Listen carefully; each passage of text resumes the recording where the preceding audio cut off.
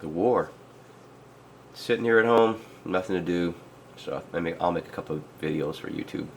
No one watches. What the heck? But this is the war. This is a spiritual war. It's more of a religious war, which makes it a spiritual war.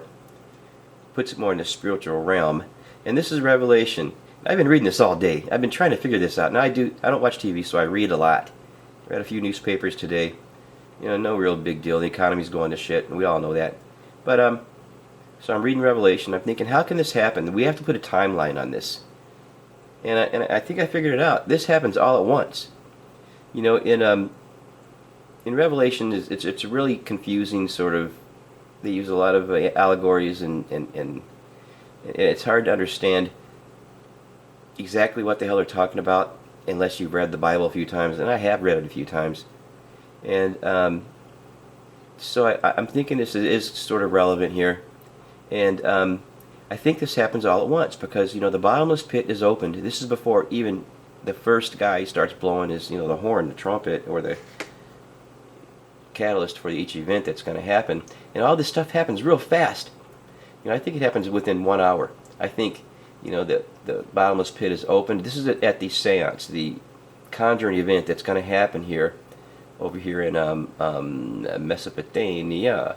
And it's going to happen here in Mesopotamia. Now, the troops are gathering right now.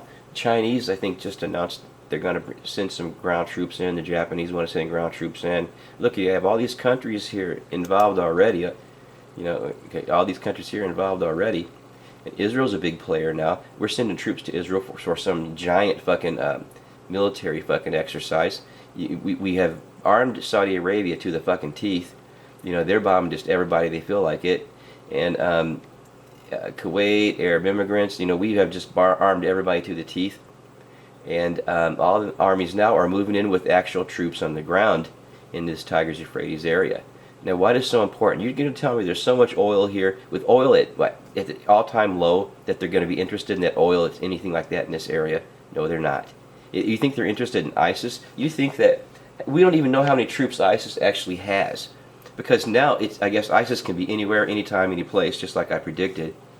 And we don't even know. You're telling me the country the size of America, or the country the size of Russia, or any of these other countries can't go in there and just wipe these fuckers out? In no time at all. They have no manufacturing, no capabilities whatsoever to sustain their army, but I will rob and pillage, or rob people and take oil as they go along, and sell it for money. That's how they make their money and their armies. You know, that's not even a viable source of income. You know, we could wipe these guys out in no time. What is the end game? What is the purpose of all this? What is it? You know, we don't even know. You know, well, I'll tell you who does know. These guys, they know. These guys know. Now, in Revelation, it says this is all prepared for a time of a month, a day, an hour, and a year, down to the hour. Now, I think these guys all know. They know when the hour is, and you think to yourself, you look at the national debt clock and you see we're just trillions and trillions and trillions of dollars in debt. Where's all the money? What happened to all that money? Well, it's right here. Not to mention like the Hadron Collider, things like that. I hear stories of we actually have 2 or 3 of those going on at once. And we have the SpaceX program that has these giant tubes that are being stockpiled and built. And what they're going to do is they want to launch these tubes into orbit and then connect them together to make a giant hotel where they can launch up like important people to get them off the Earth. Because when this event happens, no one wants to fucking be here. So the rich people, or people that can afford it, they're building these seed vaults. Now on these seed vaults, it's not just seeds. These are modern day Noah arks.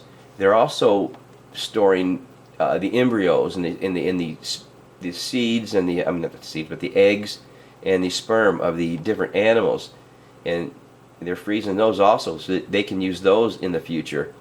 And you know who's behind this stuff? I mean, you know, people like people with a lot of money, people that have been benefited from all this, from the markets and the money and it being spent by the consumers. You know, like I had a picture of the Microsoft guy in here somewhere. I don't know what happened to him. I was going to bring him up, you know, but here he is, this guy right here. What's his name? You know, they have inside these things. They have these vaults. They have the storage areas, plus they're powered by nuclear reactors, and some of these you can actually fly a helicopter in, and they're made for a lot of people to come to. They have nuclear reactors that make water and energy to store this stuff with. It's basically, you could live there for 100 years if everything's maintained. And they're getting ready. It's like everybody's getting ready to escape. They want to get the hell out of here. Why? Because they know something's coming. And what's coming is this Revelation 9 shit. Because a lot of shit happens here. But I think this all happens at once. You know, what happens is here, up here in number 1, you know, the bottomless pit's opened anyway, up here. And then all this other shit started. Locusts, it's all killing and dying and fucking horrible shit, man. I mean, they're just killing the fuck out of everybody, and they're like scorpions, they're stinging, there's war everywhere, and the fucking sun is darkened, and it's just fucked up. And I think it all happens all at once. And then they're loosened.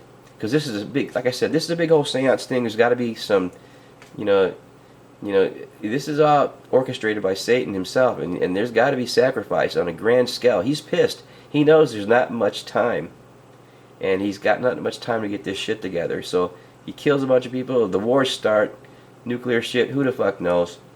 But one thing for sure we do know: a third of the men there are killed, and they go out to the leaders of the world after all this chaos and shit happens, and these guys just jump right on the wagon.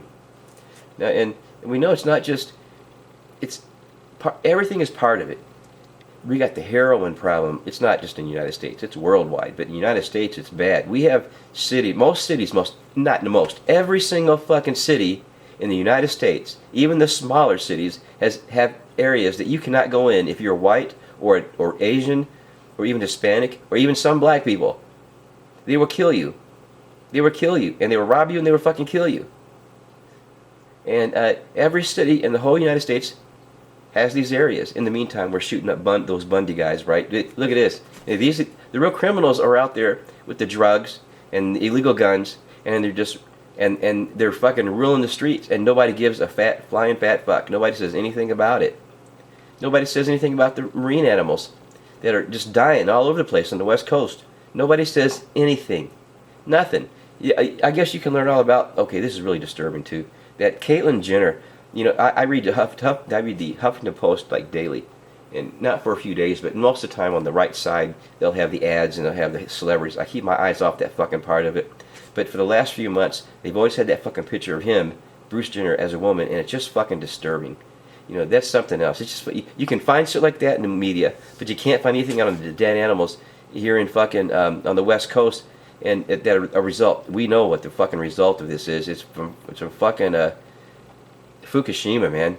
It's from this nuclear shit that we've started, this nuclear age that we've started back on. You know, we go back to Oppenheimer, and we go back to von Braun and all these rocket guys and Operation Paperclip and all these scientists that we nabbed over there from Germany. And the Germans were deeply into the occult. All these guys were into the occult, into this summoning up demons for information and shit. It's all been going on for a long fucking time. But it's all going to come to a pinnacle. The grand fucking summoning, the grand fucking seance is getting ready to happen. The seance of all seances is getting ready.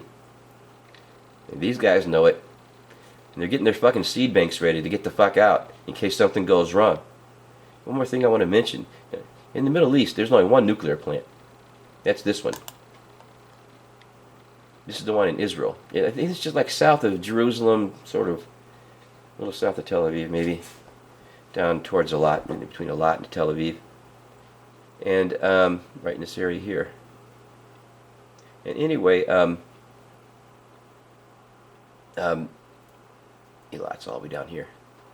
And anyway, this is going to be a prime target. Now we're watching Fukushima hemorrhage, where we look at Chernobyl, where it's not hemorrhaging anymore, but it could if anything goes wrong. If anything goes wrong at that place, it could be hemorrhaging once more, because it's not over. That nuclear event is still active. It's just dormant. And as long as things don't change, there's no earthquake, no water gets in there, there's no floods, in the next 100,000 years, everything stays exactly the same, Chernobyl will be fine. But anything happens between that time and, say, 100,000 years from now, it's going to suck dick. And just that's true with just about every single nuclear plant on the face of the earth, because they all have nuclear items stored there, materials, and they cannot be moved. They're so radioactive. And it's just a matter of time before, I mean, come on. The Great Lakes were formed 10,000 years ago after the Ice Age. Another Ice Age moves in, you get a bunch of ice, it moves out, and it leaves a path of fucking nuclear destruction. Oh my fucking God. This is Pandora's box. This is something else that we opened, and it's going to help destroy the planet. All this stuff is designed for one thing, to destroy the planet. This nuclear stuff, the drugs, the chemicals. Look, BP oil spill still is not cleaned up. We got the methane gas just bellowing out of the earth over there in LA. Oh my God, and everything's dying in the ocean, not just the Pacific Ocean, all the oceans. What's going on? We're right in the middle of it, and nobody says anything. But it's a funny thing about Revelation, it also says that that's the way it's going to be. Now, you say, well, what kind of authority are you? Now, I'm not spiritual. I'm not spiritual. I am very spiritual. But I'm not religious. Now, I did have an experience. I talked to God plenty. God never answers. I've never really seen an angel, I don't think. But I've seen demons, plenty of demons. My first demon that I saw, I was probably 4 or 5, and I shit my pants. I'll never forget it. I shit my pants in the middle of the night. And I'll never forget that experience. And from then on, I've seen things and realized things were there. That's why I notice these leaders of the world. There's something wrong with these guys.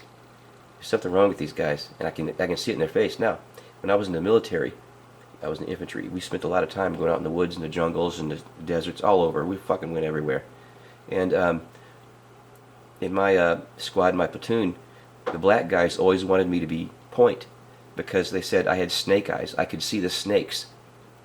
And we went to a lot of areas in the jungles and crap where there were a lot of fucking snakes. And I grew up with snakes in the South, of course, and a lot of poison fuckers. So I learned about them very young in life. But they would put me on point, and we'd be going through these streams and jungles and fucking shit, and I could point out the snakes. I knew where they were, and I'd tell the guys where they were. And the thing is, I didn't so much see them as I would sense them.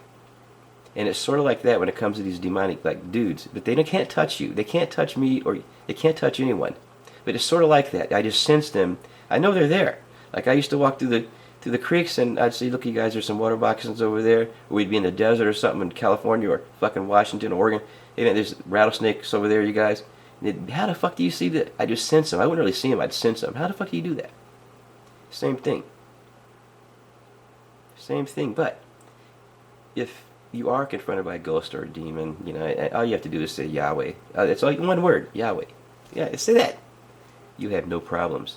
If you ever wake up like sort of paralyzed in the middle of the night and you can't move, and you feel something's in the room with you but you just can't fucking move, all you have to say is Yahweh, and you will be free. It'll never happen to you ever again.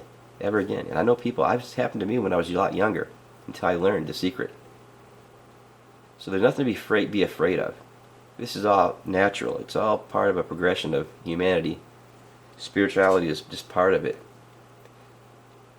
You can't be afraid of it like everything else. Just gotta go with it. What the fuck can you do? You're not gonna get rich, I can tell you that, because of it. This is more of the nuclear plant there in Israel.